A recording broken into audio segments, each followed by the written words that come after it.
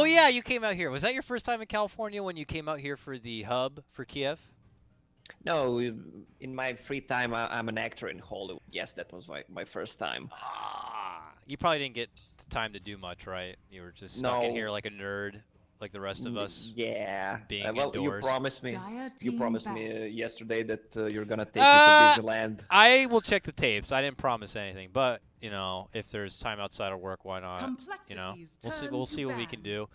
But the point being, California is the place to be, Lacoste. I mean, am I right? I mean, these guys are battling it out right now to come to the chillest event where it's like really nothing else. The players have the opportunity to escape the 10 media, the seconds press, remaining. escape the fans, and really just focus on playing the game. And it's fun because it's like a bit of a throwback to what gaming used to be. Complexities Playing turn inside to your ban. bedroom, an indoor LAN cafe. It's like it's inside a big house, so have a barbecue, play with your bros, and then get involved on the couch to shoot the shit and talk about Dota. And the fans get the opportunity to see a lot of these players in a different light than they're 10 used to, seconds with all remaining. those crazy blah, like intros and montages and stuff. 5 So seconds remaining. Yeah, this is the perfect place for Dota as well. The only thing missing is bring your own computer. Reserve That's how it time. used to be like 15 years ago, but it's kind of hard for players to bring their we own would PCs save so anymore. much money and grief if we Dire said, "Hey team back. guys, you got to bring your own computers," and that way when they come and their computers like shut down and don't work, I'm like, "Guys,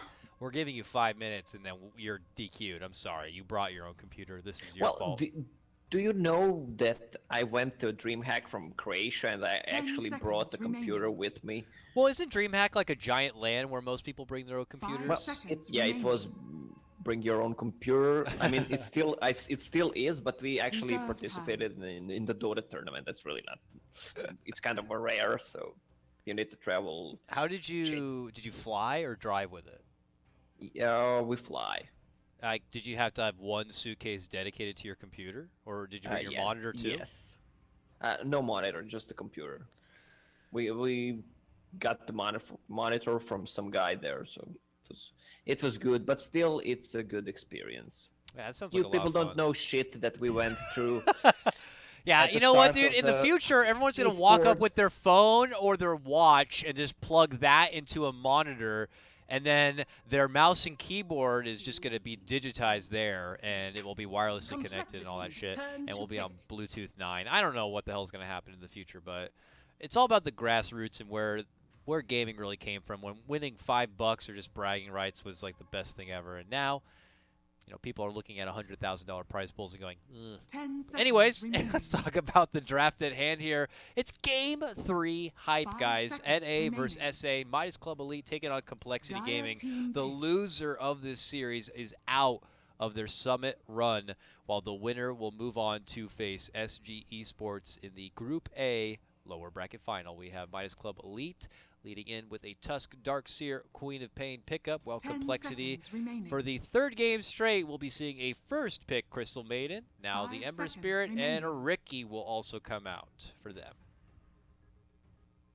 Interesting Reserve picks. time. First pick Tusk for Midas. I wonder why. Seems like they want to have that dual lane Tusk Darkseer. I mean, Darkseer is gonna be on the off lane, but Tusk will go there and they will try to roll in on whoever. It's a good combo once the Tusk gets level 2. Or what? Complexities turn to Okay, pick. well, I guess that's a support next. Or jungly Oh, Darkseer. I don't know. no, it might be like mid Nyx assassin, or they picked Nyx just because of the Ember Spirit. 10 Yeah, seconds that's remaining. likely. That's It likely. might be, but they also might 5 have seconds Nyx remaining. assassin and Tusk support duo, which is kind of a garbage. Reserve time. Uh, Yeah, two melee, like the early game, they're not gonna offer like a whole lot. Like unless they just want to run around and try to beat the hell out of people, I just don't think there's not gonna be a lot they could potently offer. So I'm with you. Something's up. Either they're gonna put, I don't know it what they're should gonna be a do. mid I don't Nyx. know. Should be. We got two potential mids and two potential offlaners here. Midas Club Elite just changing up the game right now. They say we see your meta and we're gonna do this. Let's see Complexity pull Yeah. out a bounty hunter now and just kind of really flip the script on everyone. Don't mind me if I'm silent. I'm just thinking about the Oh, okay. laning You're a phase. quiet thinker? Okay. I'm a quiet thinker too, so let's just be silent for the rest of the draft. All right. What is Nyx Assassin's greatest enemy, would you say? Because when I look at Nyx Assassin, I would say he's coDL's greatest enemy. A lot of people would say Night Stalker because of Night and Day, but I think Nyx Assassin's the worst to go against when you're coDL. Who do you think is Nyx Assassin's worst enemy? Dire team ban. From here, it should be Ricky because of the cloud. He can't cast Carapace, but let me check all the heroes. Maybe I'll get something else. In the meantime, we did get a Jug come out. When you 10 need a seconds core remaining. and you want someone who could do it all and fits any draft ever in the world, go for a Complexities Jug. Yeah, turn you're to just ban. yeah. You can't go wrong with Jug. Jug is like the most Dota hero in Dota, I think. He's been there since the start, and there really hasn't been much need for changes. Has he ever even had a rework, really? There's probably, of course, been a couple of touches 10 here and there, seconds but, remaining. you know, generally this guy's always had a spin, has always had, like, a crit and Omni Slash 5 for seconds his whole Dota life. Yeah, I mean the hero has been nerfed for Reserve like time. 16 patches in a row. Which era was it when he was played like Mask of Madness? It was 687 maybe. Yeah, 6.83 or 6.87. It was the Jug Troll Sniper meta with Massive Yeah, Madness. it was like Saint go Inyashas. 1-1-1 and go bonus attributes. Complexities turn yeah. to pick. I remember before that when I played Jug in Dota 1, like you just got 3 perseverances, and then you just I had don't mana know and what regen. You know, that was the pub don't- strat. You know, before in-house leagues even. 10 seconds remaining. Dirty Yeah, that was grassroots. maybe American pubs. Yeah, European yeah, pubs yeah, were kind of probably. on higher Dire team standard. You know, APEM maybe. I don't know. So. three perseverance, man. All right, well, look at this. To round things out, another offlaner will hit the field, this time for complexity. A grab of 10 the seconds Centaur remaining. Warrunner will be there for Swindle Melons. I just 5 have to. seconds I just remaining. gotta say, there was one guy in Dota 1. He was called Hans Dota, German player Reserve that time. always played Bone and went for Whoa, Bone? Radiance You mean build. like Bone Fletcher? Bone Fletcher, yeah, Clinks, Nice. and he just went for Radiance build and was just running around What? Invis with Radiance and was beyond godlike every game.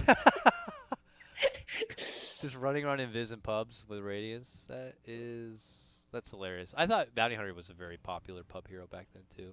Just being Invis heroes was popular in pubs because no one ever bought detection. Kind of the same as now, so nothing much changed in that front. And a Troll Warlord's going to come out as the final pickup. I don't really see any synergy between Troll Warlord and the other heroes, to be honest with you. None of the other ones really care about a whole lot of right-click unless you like to see Darkseer chop his life away. But I don't know. What do you think about the Troll Warlord pickup there at the end? As you mentioned it, I also don't see any sense. They don't have any save, they don't have any heal. They pretty much have nothing for Troll Warlord, but worst thing is that I see this Ned and Tusk combo. Ooh, yeah, you're right. Ned Bardo, Nyx Tusk. It reminds me of a game when Onyx played the dual roaming combo during Kiev major qualifiers Oh, yeah. with Pudge and something else. It was Pudge and Earth Spirit. Yeah, exactly. That game went terrible for them. It's like too much. It's just a bit too much. I don't know what it's too much of. There's just too much feistiness. There's too much four position happening. I don't know what to say. It does feel a bit delicate. Now you don't have those raw saves, but you get double stuns, double kind of like CC. You have now the benefit of working with the shards, the slow, I guess you have one save with the snowball, but I don't know. I'm a bit iffy about always going with the double melee support duo. That is just fishy as hell. It's Moose said it right. It's a disaster. I wonder what happens if you can't chat wheel as a spectator, huh? Oh, that's a shame. You could chat wheel as an obs, though. Just not as a spectator, unfortunately. Or as a broadcaster. Right? Yeah, it's not working. Yes. Oh, wait, here we go. Oh, it doesn't work. Let me see if happens if I... Oh, I can't applause as a caster. How BM would that be if I just casually just threw out it's a disaster after a fight in all chat? So let's check the lanes. All right, go ahead. So you want to like communicate with the chat wheel instead? You don't want to cast anything. You just say. Yeah, wow. It's a disaster. They're all dead. Yeah, I can cast the whole game with the chat wheel if I had the opportunity. Anyways, Well, let's break down the lanes for us, Lacoste here. What are you liking? What are you not liking already? I have no idea what the lanes are. It seems like Troll, Warlord, off lane, solo Darkseer, and it's a triple lane with duo melee support, Nyx and Tusk. You said Queen of try Mid try lane. mid lane, huh? 30 That is pretty No, seconds. good. try bottom lane. Oh. Okay. Wow, Yeah, I guess this, that's the best you could do with it here. But coL have been good. Game number 1, they also read the assessment of the lanes pretty nicely. It was Midas also going with an aggro setup in the first game, and coL changed things up as best as they could. They put Swindle on that Legion commander back to the bottom lane, joining Z-Freak in that first game. So we'll see if they read this one in the same way or not. It seems The like battle Moo is going to be begins. hanging down here, though, for the meantime. So we'll have to see how this laning situation does decide to pan out. we should watch the bottom lane. See what's gonna happen there. Let's see what Bardo wants to do. Just get the extra sentry.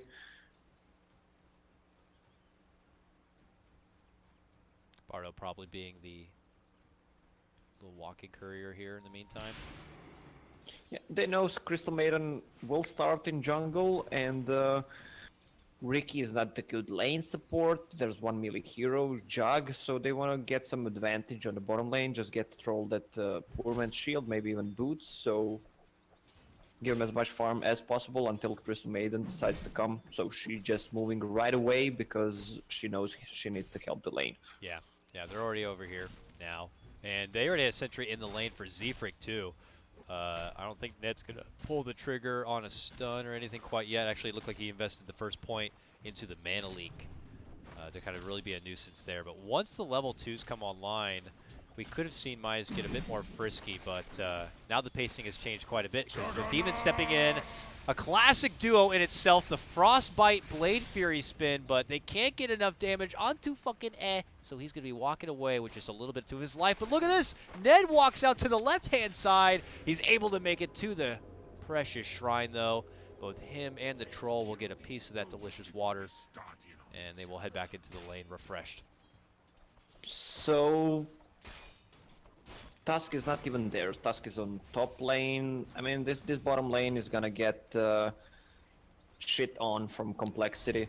If you're being frank, yeah, absolutely. It's a tough lane for sure for Midas if they're going to keep it as is. Yeah, Nyx Assassin, not one to be a forward kind of duo partner to zone back a tri lane like this one. Got it. It's hard.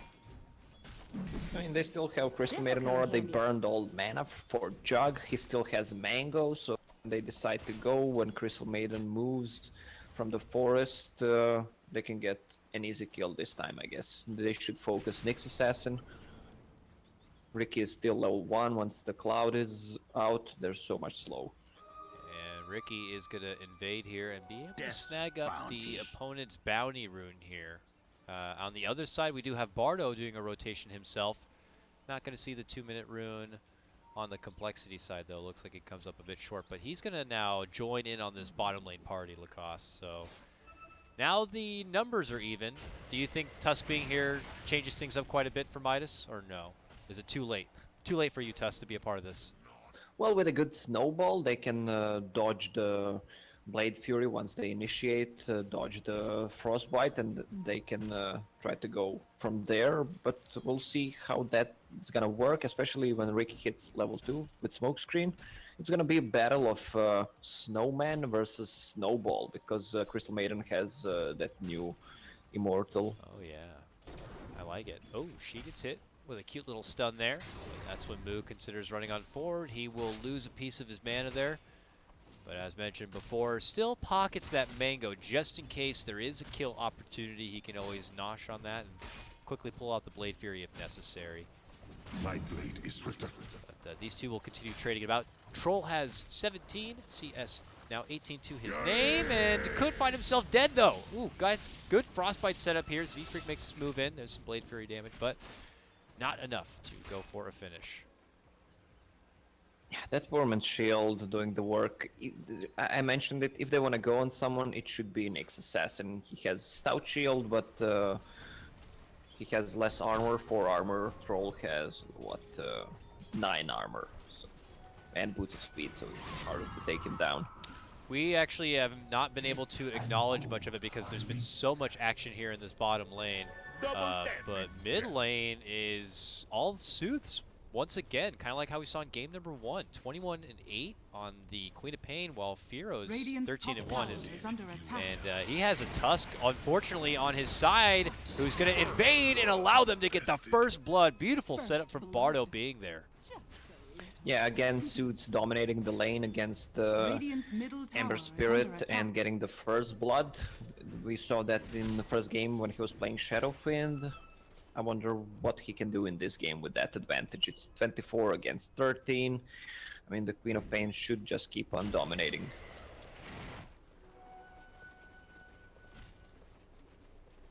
Okay, they swapped the lanes. Troll Warlord is now on top with Nyx Assassin, and Darkseer is on bottom, level 5.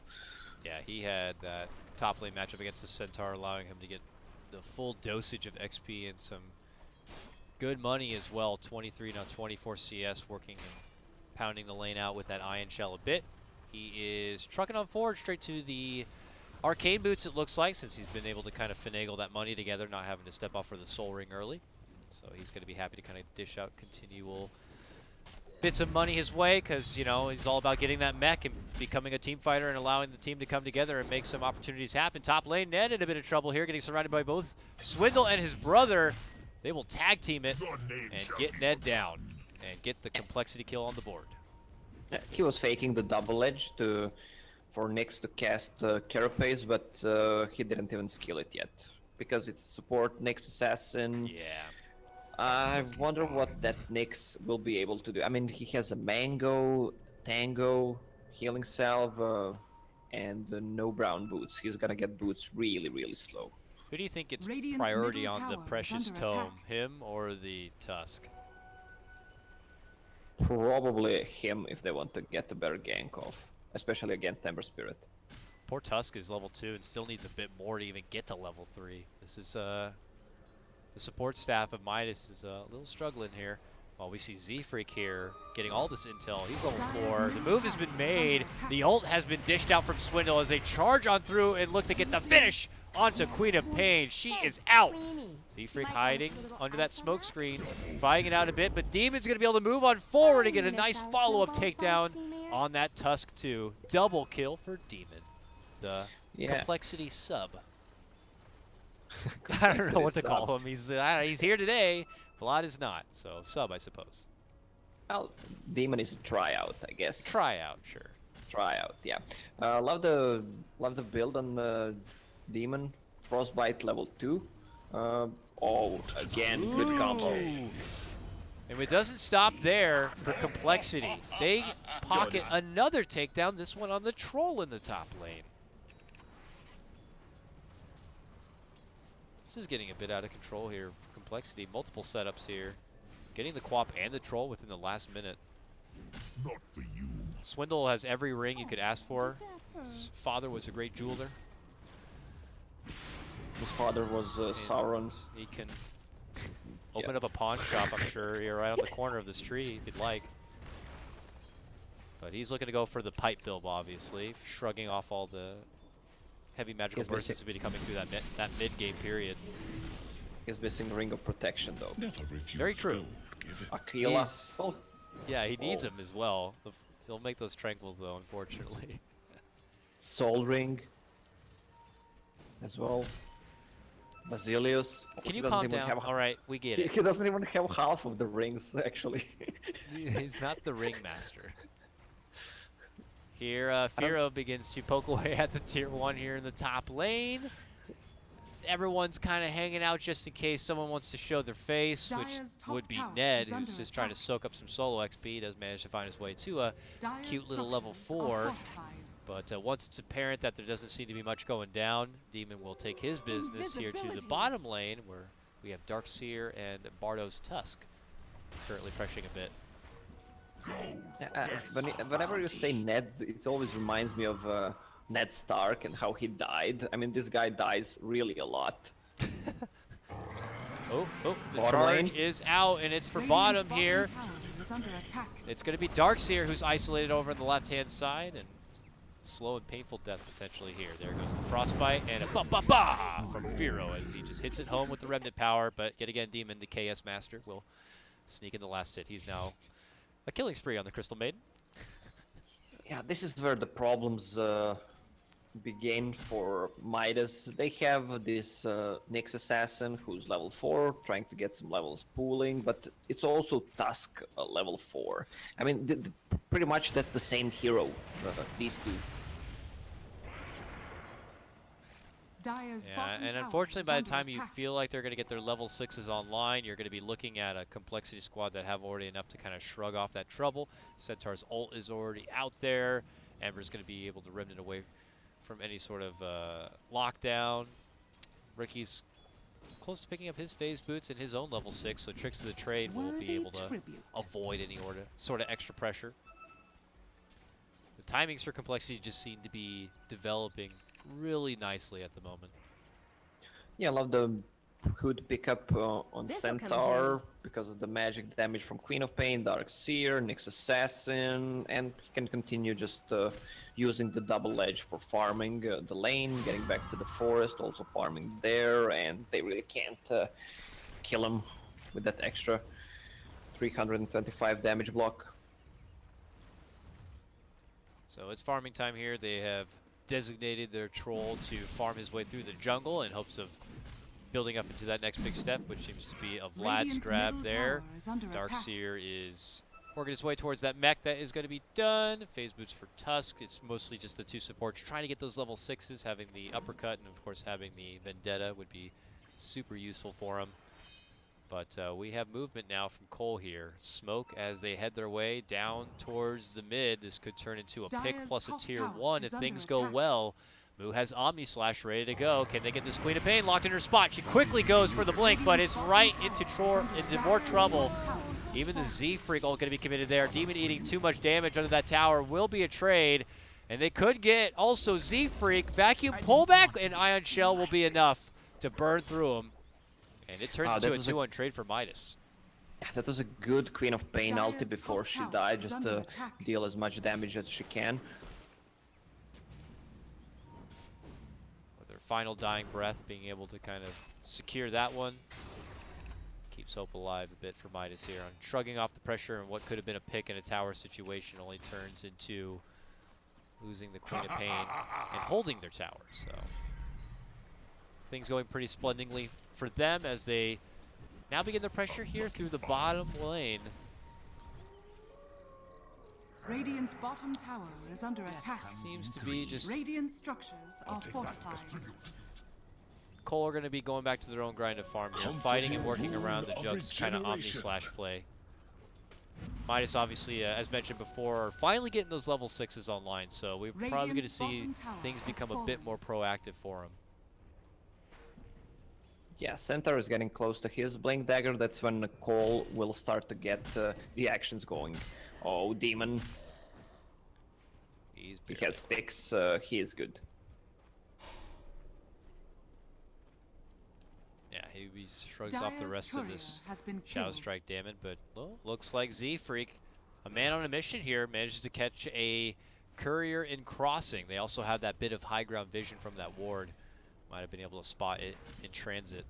While he'll also be able to hang around and leech out all this ancient stack farm too. And they might even use this bit of intel and rotate over for something. It looks like they are. Firo and Demon have both smoked up and begin to head that direction.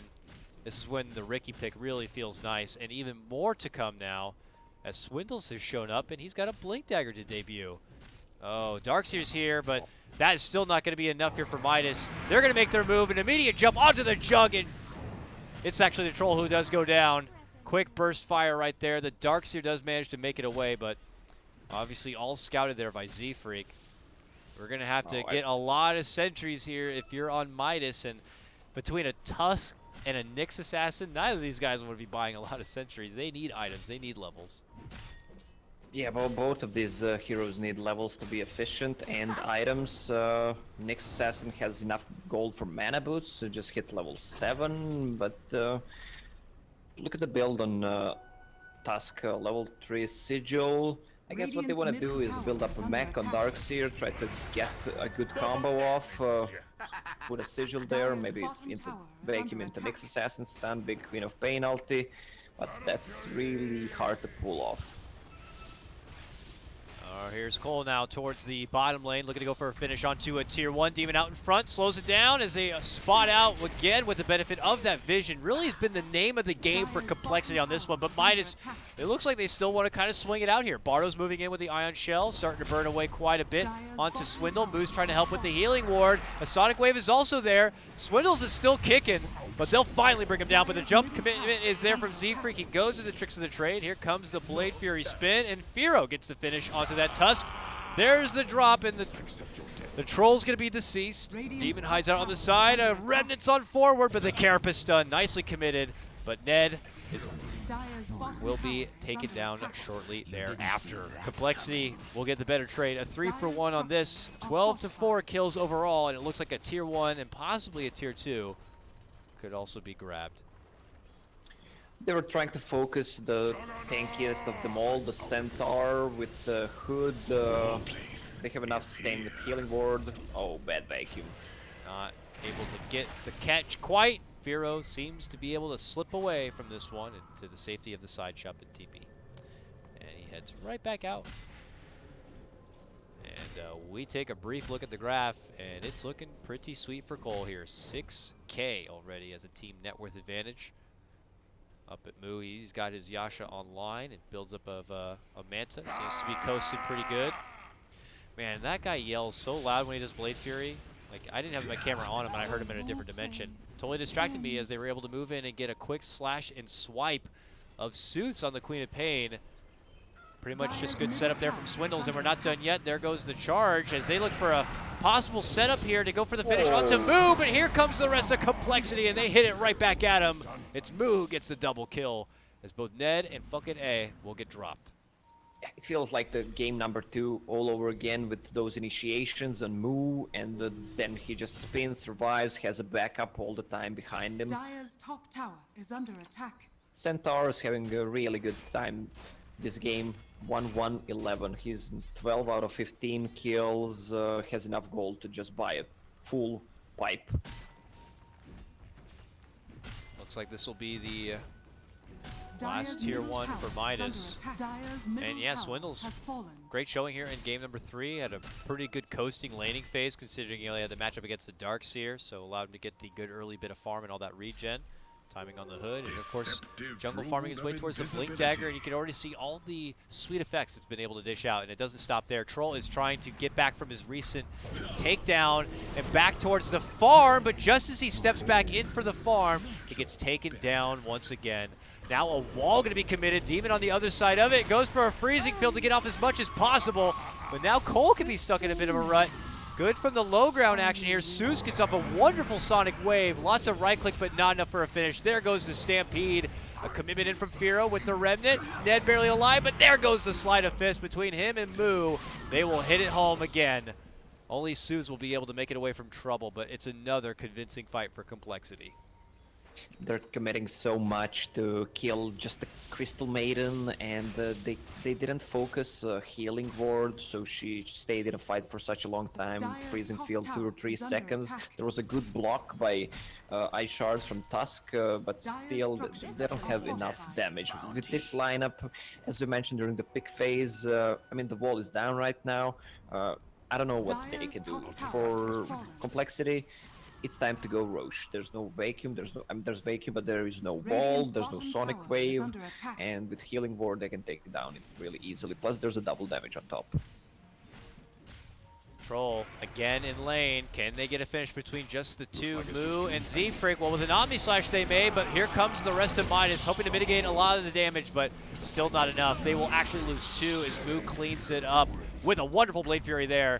Possible counter initiation as Sleuth steps in. Does not have that ulti. Nix. They step out and away. Moo will end up getting dropped, making it to the high ground, but they do get return fire as Swindle and Firo step into action. They get revenge and take down the Queen of Pain, and it's another 4-man drop for Midas. Yeah, this is what Midas can only do right now. They can take down 1, maybe 2 heroes, and that's it. Queen of Pain Dire's has middle Orchid tower ready, is under and Jug doesn't have Manta style. He went for more greedy build, which got him some kills with a Blink Dagger, so he can position himself for Omni Slash, but he's gonna get it pretty soon, so he's not gonna be afraid of that Orchid anymore. Back to the drawing board here for Midas as they now seriously have to implore the buddy-buddy system. As you can see, Bardo hanging out with the Troll as the last 3 times he's tried to make it out into the farming, he has been taken down. 0 and 6 for him. It is a struggle, but he is just going to try to make the best of it right now. coL, you could tell by the readout they have on the mini-map here coming out from Demon. I don't know, maybe Demon being a shot caller for the team. He's a very vocal one on his past teams as well, but you could say easily the same, if not more so, for Swindlemelon. So Well, I can say for Jimmy, I played with Jimmy in few teams before. I haven't played with Swindles, but Jimmy is a guy that talks a lot. yeah. So I actually would be curious to be a fly on the wall, or at least in the voice comms for Complexity right now, because you have one, very vocal and what many consider a great kind of captain in that position, being Swindlemelons, and then also Demon.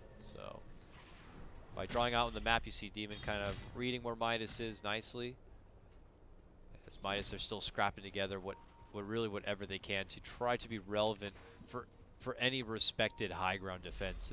It's nice they do have like the Dark Seer with a mech, because you have the vacuum wall combo for a high ground, and as good as Complexity get is as good as the wall is going to be able to help them out, but I just feel like they're still going to be suffering a lot in terms of firepower.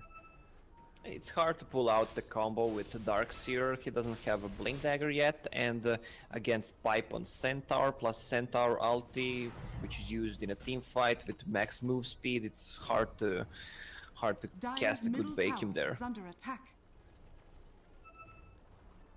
All right. Oh, right from the high ground.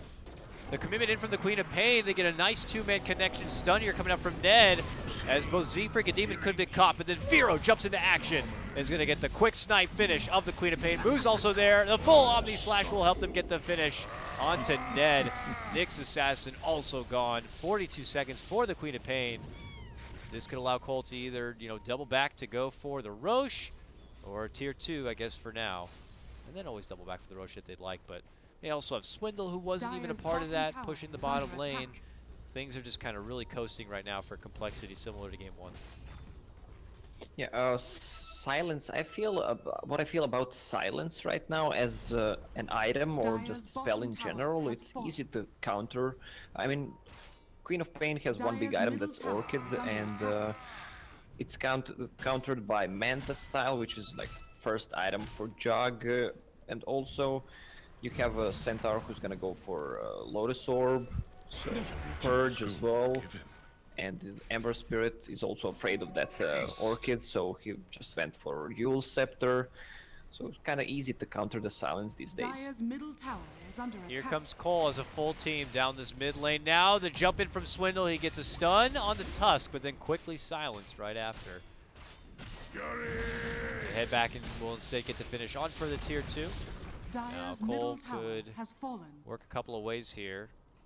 And it looks like some will take to the top lane to pressure it out, but this game is theirs for the taking. A move into the Roche could secure them an easy extra life, and that seems to be the case.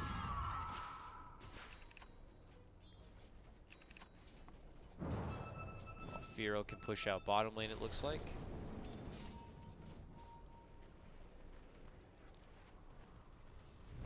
And a smoke for Midas, so they want to make possible contention here, Lacoste. I don't know if they're going to be able to do it. Let's see. Early shards are in. Moo actually gets blocked out. The Sonic Wave barely does any damage. And now Swindle with a beautiful 3-man stomp. Snowball there is out. The wall's going to get dropped.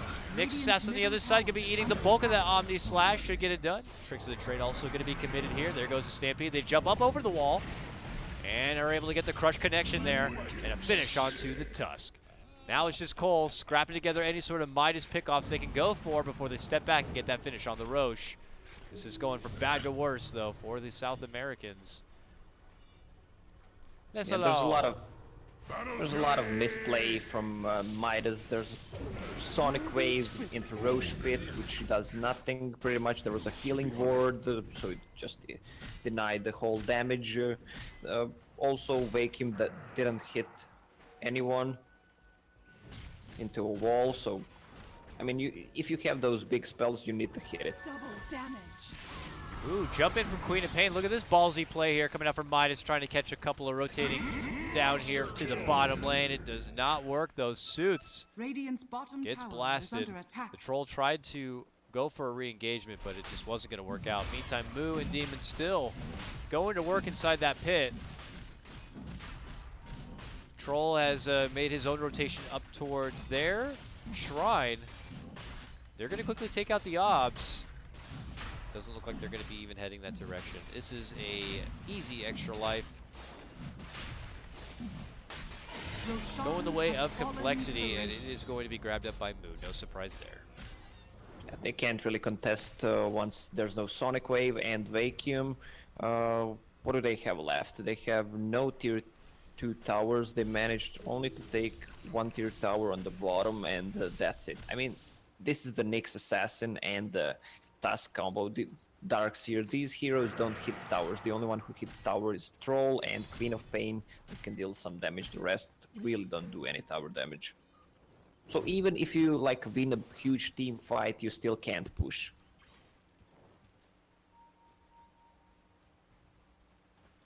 coL, though, hoping to see if they can catch anyone from Midas outside their base. They will get herded back inside like sheep.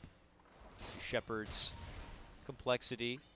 Get some deep wards down. You can see one here in the bottom and top, catching anyone kind of stepping out of bounds here.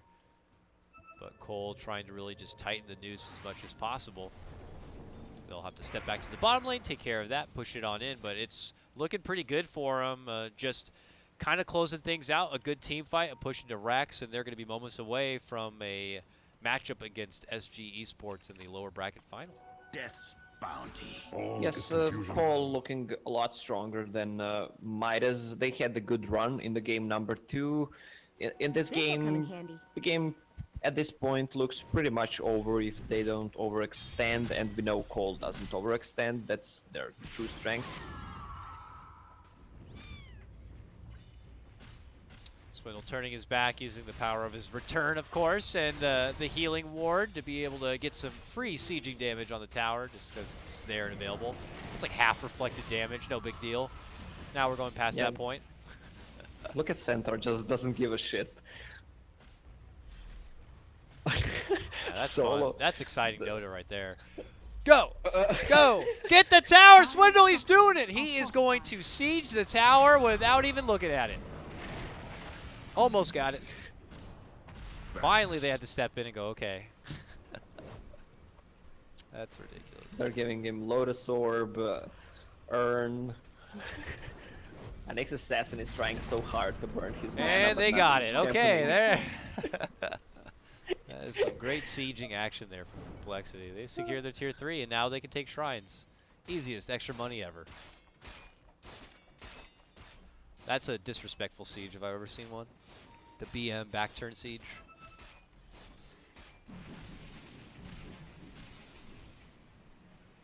This is tough. Tough for Midas, man. So should Swindles just move to top and bottom and just kill those towers like that? Sure, why not? Someone should make a YouTube clip out of it, like, this is how you siege tier 3. Uh-oh. Uh-oh. This is how you draw out a Tusk. And then The snowball is they back. quick Lotus, snowball back in. All right. And he pops his pipe. Now as they try to get a hold of the Centaur, they might have committed a bit too much. He runs right over the Tusk and then puts his focus onto the Darkseer. The one hope who can get off a vacuum wall. Can he do it before he dies? He turns around, drops the wall, and, well, he already committed the vacuum, so that's all he can do. He's going to try to run back and away. The Sonic Wave going to be committed. Moderate damage there. Zefric, though, a man on a mission, putting all the damage he can onto the ranged racks here, knowing that it's going to be totally unhealable. They will get it down, Dire's middle but barracks has again, fallen. it's hemorrhaging right now for Midas Club Elite. And they will lose their mid lane Dire's middle racks. barracks has fallen. Yeah, And that will be GG's game. call. I think that's pretty fair of a call. Midas Club Elite, they managed to take Complexity the full 3 games, but unfortunately after coming up a bit short in their first round matchup against SG eSports and now dropping in their matchup against Complexity, Midas Club Elite will be out of the running for Summit 7. But great things for Complexity here with the assistance of Demon stepping in and helping out. They have been able to move on now to the lower bracket final of Group A, and they'll face off against SG eSports. Lacoste, hell of a series here for Complexity. What about your thoughts on Game 3 or the series overall?